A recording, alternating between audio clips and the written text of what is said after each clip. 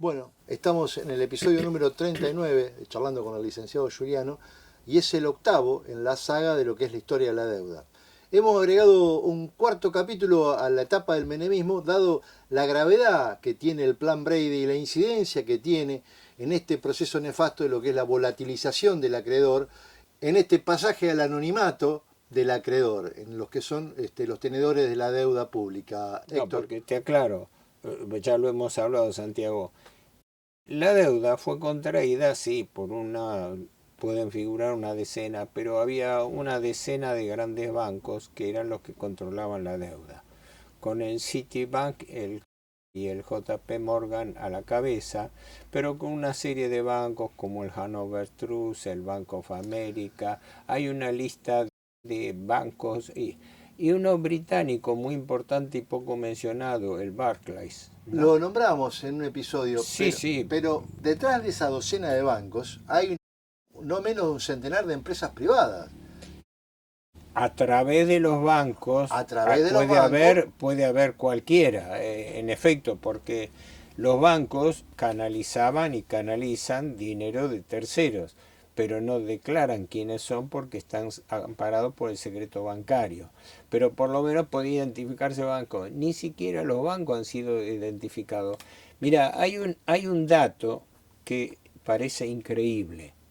Cuando se empezó a relevar la deuda en la causa Olmos y los jueces empezaron a investigar desde el primer juez hasta el último, resulta que se encontraron con que no había documentación sobre la deuda pública. La deuda heredada del proceso, 44.000 millones, no estaba documentada. Y entonces de ahí surge el famoso testimonio que dio alguien que estaba en la secretaría, en la gerencia sería de colocación de deuda o gerencia de administración de reservas. No sé cómo se llamaba entonces ni quién era este hombre, no sé si está identificado por su nombre, pero era una especie de cajero especial que llevaba, ni cajero, una persona encargada de llevar el registro de la deuda un pública. contable del Estado. Un contable del Banco Central. Sí. Cuando se le pidió declaración, eso trascendió mucho en su momento, este hombre fue preguntado una y otra vez dónde estaban los registros de la deuda y no lo podía decir porque no lo tenía. Entonces se le indagó, y se le indagó así casi coloquialmente, las palabras exactas no las conozco, se le indagó preguntando, pero entonces, ¿cómo es cuando entraban los préstamos todos entran por el Banco Central? El Banco Central hace el ingreso de dinero y después lo deriva al gobierno. Sí, de acuerdo, eso hacía, porque no quedaba en el Banco Central, iban al gobierno. Por ejemplo, se contrajeron más de 700 operaciones ficticias de crédito a través de YPF, pero era para conseguir plata con YPF como testaferro, pero la plata que entraba por YPF no iba a YPF, iba al Tesoro para pagar deuda pública, ¿no? Por eso la causa Olmos tiene unas 700 y pico operaciones de la deuda de YPF. ¿Mm? Cuando se quiso averiguar por qué era esa deuda de YPF, en el año 97, 98, no me acuerdo la fecha, tenía YPF que entregar los comprobantes para identificar qué préstamos había recibido. Y nunca llegó nada. No, pará. Días antes o la noche antes del relevamiento hubo un misterioso incendio en la planta de computación de YPF ahí en Diagonal Norte. Ah, bueno. Y el directorio declaró, no pudo decir directamente que se había destruido, porque no lo podían decir al día siguiente, pero dijo que aparte de documentación que se haya destruido, el desorden provocado por el incendio hacía imposible poder identificar esas operaciones de YPF, que eran todas operaciones que llamaríamos truchas. Fantasma. Eran operaciones de testaferro.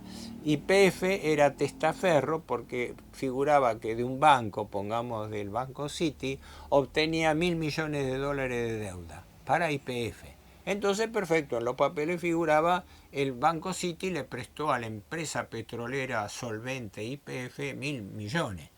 pero ese dinero ni siquiera llegaba a YPF. Cuando se recibía por el Banco Central giraba los dólares al Tesoro. YPF tomaba registro contable y quedaba con la deuda, pero era una deuda ficticia que no le había servido. Yo creo que una vez, ahora no recuerdo las cifras exactas, pero yo creo que se computaba que de 7.000 millones que hubiese recibido, eran 2.000 o 3.000 realmente de YPF y el resto no eran de YPF, sino eran para el Tesoro. Bueno, mientras tanto, permítame, Bernardo Neustadt en Tiempo Nuevo convenciéndonos a los argentinos de que YPF daba pérdida y de que había que desprenderse de YPF. Fue una de las empresas privatizadas en el año 94 y con el apoyo de los Kirchner, cuyo voto con el de las otras provincias patagónicas fue clave, porque ellos se beneficiaban teniendo parte de las acciones de YPF que le dio el gobierno con la privatización. De ahí surgieron los famosos fondos de Santa Cruz que los Kirchner giraron al exterior y que no aparecieron nunca más. Pero bueno, eso es otra historia. Pero, ¿cómo termina el tema del Plan Brady? Con tanto alaraca que se hizo del éxito del Plan Brady, de la regularización, de la vuelta de la Argentina a los mercados de capitales, etcétera, etcétera, todo el discurso florigeado de la solución de todo eso y todo, ¿qué ocurrió? La deuda, como hemos visto la otra vez, empezó a subir a un ritmo de 10.000 millones por año. Entonces, ¿qué ocurre? Nos reestructuramos la deuda y con atraso cambiario, con recesión económica, con desempleo, pobreza, etcétera, mientras la situación empezaba a empeorar, donde el DM2 ya bajaba, ya no era el DM2 del peso más fuerte ligado a la convertibilidad, donde ya la convertibilidad era puesta en duda, donde le viene el masazo que entre el año 94 y 95 se produce la crisis del tequila, la crisis mexicana, donde en México había pasado algo parecido, fracasó, arrastró bancos, llevó a una crisis y era el anticipo de lo que después iba a pasar en Brasil y después pasó en la Argentina, ¿no? Es matemático porque es cíclico, el sistema financiero vive así porque es un sistema basado en la estafa. La deuda está basada en la estafa, entonces tarde o temprano termina explotando y volviendo el ciclo del eterno retorno. Pero ese entonces en el mundo se lo mostraba a Argentina como el alumno modelo. Vos me hiciste recordar, en el año 98 en Washington se hizo la asamblea anual conjunta que se hace todos los años del Fondo Monetario y el Banco Mundial. Presidía entonces el Fondo Monetario Camdessus, que había reemplazado a Jacques de la Rosière, no también francés. Y fue invitado Menem, que Menem estaba allí, creo que no fue solamente por la reunión del fondo, sino que fue por una reunión con el gobierno norteamericano, ¿no? Pero como estaba presente fue invitado a la sesión de la asamblea del fondo. Y fue invitado a hablar. Y las palabras de Camdessus quedaron para la historia. Lo presentó ante la asamblea como el presidente más exitoso que había logrado cumplir las metas previstas, derrotar la inflación, bajar la deuda, etcétera, etcétera, etcétera. Presenta usted el alumno modelo del Fondo Monetario Internacional. Utilizó la expresión alumno modelo. Y paradójicamente, tengo registrado por allí, lo había levantado, el informe país anual que hacía el fondo para el mismo año 98, mientras el director gerente lo estaba elogiando y ponderando a Menem como modelo, el informe país de la Argentina para el 98 estaba expresando las dudas sobre la peligrosa situación de solvencia de la Argentina, de que ya en el 98 no daban los números. Pero esto había empezado antes, esto había empezado a perfilarse en el 94-95. Entonces ahí es donde se le empiezan a prender las luces rojas a Cavallo, cosa que nadie dice, pero yo en lo personal, en base a las cosas que uno ha ido leyendo, colige. ¿Por qué? Porque cuando las cosas van mal, el autor trata de despegarse del tema. Una retirada prolija a tiempo. Retirada estratégica. Ahora, ¿qué pasa? Cavallo Porque él se va en el 96. Es claro, él renuncia en el 96, pero renuncia por el episodio Jabran, el escándalo Jabran, que Jabran, aparte del grupo empresario, se consideraba que podía ser un testaferro de Menem, un tema harto complejo. Después dicen que muere en circunstancias muy especiales, probablemente no murió, fue salvado y fue cambiado de documentación, de personalidad y quizás hasta facialmente. Fue un montaje. La cuestión es que el enfrentamiento, algo así como que Menem se apropió de la victoria entre comillas, del plan Brady, ¿no? Como todos daban por exitoso el plan Brady, el padre de la criatura. Claro, quiso él quedar como el padre de la criatura y no dejarle el mérito a Cavallo, el mérito. Todo esto entre comillas, porque interinamente esto se estaba derrumbando como un castillo de naipes. Había una estabilidad inflacionaria muy similar a la de ahora, digamos, pero los índices bajaban de productividad, había una estabilidad de cementerio. Y bueno, primero y principal, empezó a haber un proceso recesivo, el crecimiento bajó, la pobreza subió, la situación de la gente empezó a empeorar. En el año 95 Menem fue reelecto, y este es un aspecto político muy importante. ¿Por qué? Porque Menem, con la traición del plan Brady, compraba su reelección.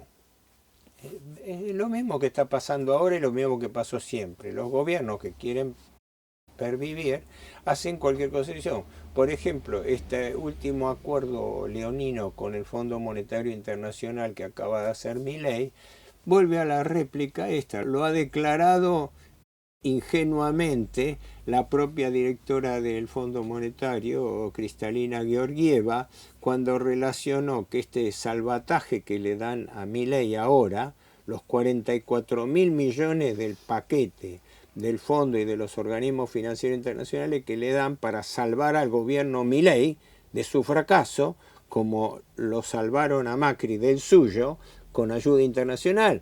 Porque si las cosas están bien, ¿por qué el gobierno argentino está pidiendo un salvataje de 44.000 millones de dólares? 20.000 del Fondo, 12.000 del Banco Mundial, 10.000 del Banco Interamericano de Desarrollo, 2.000 de un préstamo repo, y se estaría negociando otro de 4.000 más, sería de 44 a 48.000 millones de dólares, la masa de maniobra de salvataje que le viene a Milei. Señores, si el supuesto plan de Milei va tan bien, si lo están elogiando todo el mundo, si el país está batiendo récord de éxitos en el mundo, ¿por qué necesita un salvataje de 44.000 millones? Nah. Pero para que no se nos acabe el tiempo, ¿qué ocurre? Esto es producto de uno de los contubernios más degradados que hay en la Argentina, el Pacto de Olivos entre Menem y Alfonsín, donde pactan una serie de condiciones, pero la principal es que Alfonsín acepta la reelección de Menem en el 95, que no se podría haber dado. Y a cambio, Menem le reconoce a Alfonsín la partidocracia del Senado, el tercer Senado. El tercer Senado. Lo cual es un absurdo. El Senado no tiene que tener una representación partidocrática. Tendría que tener un senador por provincia, punto. Ni siquiera dos, un senador por provincia, porque el senador es el representante de la provincia. Entonces no puede tener tres tipos porque son de distintos partidos políticos. Han metido la partidocracia dentro del Senado. Ahora, todo eso... Menem logra ser reelegido, efectivamente. Existe logra, el voto cuota. Claro, ¿y por qué logra ser... si uno entra a revisar, gracias a la maniobra de Bordón, que Bordón es uno de los que hizo lo mismo, después Labaña hace lo mismo para favorecer a Kirchner, ¿no? Bordón, que había sido, bueno, primero gobernador de Mendoza, después embajador creo que en Chile, así, se da vuelta y aparece como candidato opositor a Menem.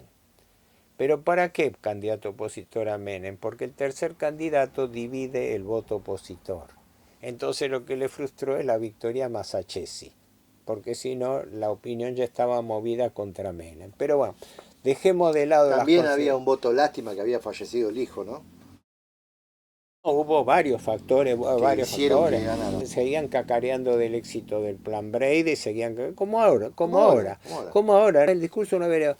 El que no entiende el proceso menemista no entiende lo que está pasando ahora. Hasta podríamos decir que las extravagancias de Menem son copiadas, nada más que para el año 2025, por un Milei. Ejemplo, las patillas de Menem, la melena de Menem con el despeinado de Milei. No sé, podríamos llevarlo Sí, los hasta parecidos son nivel... tantos que asustan. Y la necedad también, y hay gente que lo compra y lo cree de que este es un gobierno exitoso, cuando Claro. es un cúmulo de fracasos. Entonces, ¿qué ocurre? Todo esto se dio en un contexto que ya nos excede y que no vamos a poder tocar ahora, pero todo esto se da en un contexto de entrega y dependencia internacional que pega un salto cualitativo negativo, ¿no? Que es la entrega y la dependencia y la serie de maniobras que fueron cumplidas para poner a la Argentina como siervo de la Alianza Atlántica y en particular de los intereses del Estado norteamericano. Concretamente, esto empieza con Cavallo canciller, que firma el primer tratado bilateral de inversiones, que es con Gran Bretaña en el año 89, al cual después siguen unas 40, 50 documentos equivalentes, ¿no? Que son tratados de privilegio para las inversiones extranjeras. Después, los acuerdos de Madrid 1 y 2, que son acuerdos hechos a imagen y semejanza del interés británico, consagrando la doctrina del paraguas, favorable al Foreign Office. Después, las privatizaciones. Menem mandando buques a Irak en el bloqueo, en el escudo. Exacto. Cuando Milei adscribe incondicionalmente a la política de Estados Unidos e Israel, con el agravante que Israel y con apoyo norteamericano está llevando a cabo el genocidio en Gaza, que es el genocidio más grande del siglo XXI, impunemente y apoyado por la prensa, uno se acuerda de la miserable condición de Menem mandando 2 cañoneras a patrullar a Irak para demostrar que también estaba dispuesto al alineamiento incondicional. Después, la corrupción de mandar tropas de Naciones Unidas de cascos azules a Croacia, atrás de lo cual hubo un negociado de armas, que junto con las armas que se mandaron a Ecuador, en contra de Perú, que es un aliado histórico de la Argentina, ¿no? Y que después, para ocultar esa irregularidad, se produjo la voladura de Río Tercero. De media ciudad. ¿No? Con todos los daños que trajo. La condición de la Argentina como aliado extra OTAN, un híbrido de dependencia. En fin, si queremos darnos manija con eso, ya directamente ya tenemos para hacer un ciclo. Pero ¿cómo termina la historia entonces en 2 palabras? El plan Brady, ya a los pocos años de firmado, ya había fracasado. En mi opinión, Cavallo renuncia por 2 razones concurrentes. Una, porque se quiere despegar a tiempo de algo que iba al fracaso y que él ya no controlaba. Y la otra, porque empieza la rivalidad con Menem, que se quería apropiar de la supuesta hazaña de haber levantado esto y de los elogios que estaba recibiendo el Fondo Monetario, pese a que esto iba al fracaso y que lo sabían, porque no es que no lo decían, lo sabían. Y consecuentemente el tema de que había que continuar el segundo mandato, que recién se acababa de lograr, pero ya el segundo mandato venía, pero también unido a gente de línea liberal, porque el que toma el frente del Ministerio de Economía era Roque Fernández, el secretario de Programación Carlos Rodríguez, gente de línea liberal del SEMA, que como antes había estado González Fraga en el Banco Central, etcétera, era gente alineada, no solamente en el caso de González Fraga, su consultora era la principal consultora de bancos extranjeros en la Argentina y el primer cliente era el Citibank. Y a Javier González Fraga lo nombran presidente del Banco Central de la Argentina. Así que con eso está dicho todo acerca de cómo fue y por qué la era dorada de los bancos, la ganancia bancaria, la bicicleta financiera, la plata dulce, el carry trade, el dólar barato, a los argentinos viajando al exterior. Fue el saqueo, fue la fuga de capitales, porque todo ese dinero que entró prestado salió por fuga de capitales. ¿Qué quiere decir? Que la Argentina duplicó su deuda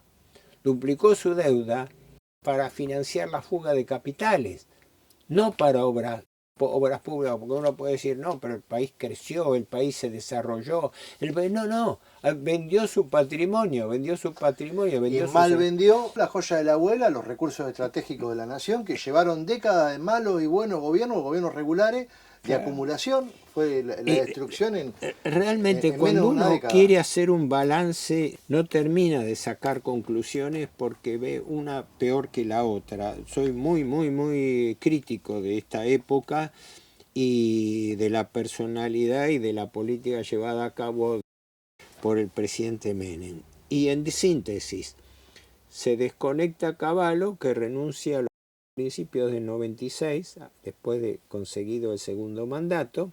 Durante el segundo mandato, Menem sostiene la situación con el ministro de Economía, Roque Fernández, que ahora ha sido propuesto, aunque no aceptó él y Carlos Rodríguez, y al revés, son críticos de Milei, y estira la situación hasta el pico que se da en el 97-98, 2 años.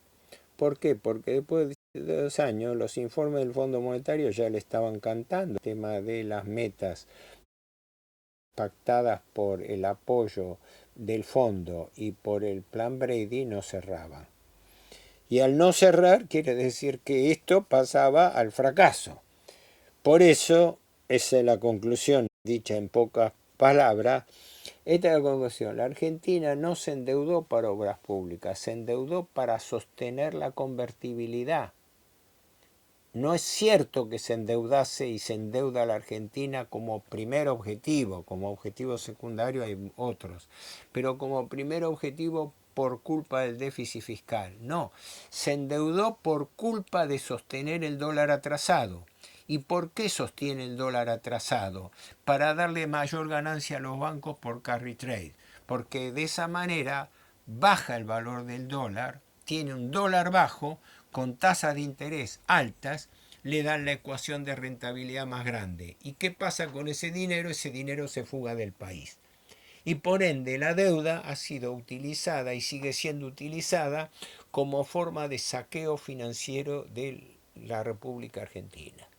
Y este fue el balance flagrante, característico, demostrado, probado del mecanismo de endeudamiento perpetuo de la Argentina.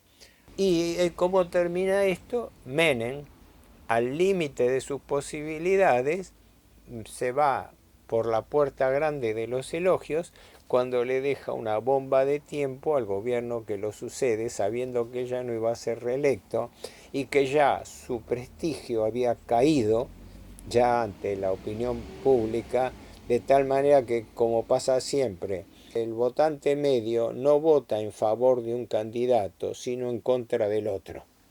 Entonces no es que de la Rúa fue votado por sus virtudes propias, fue votada contra Menem, como Milei fue votado contra el kirchnerismo.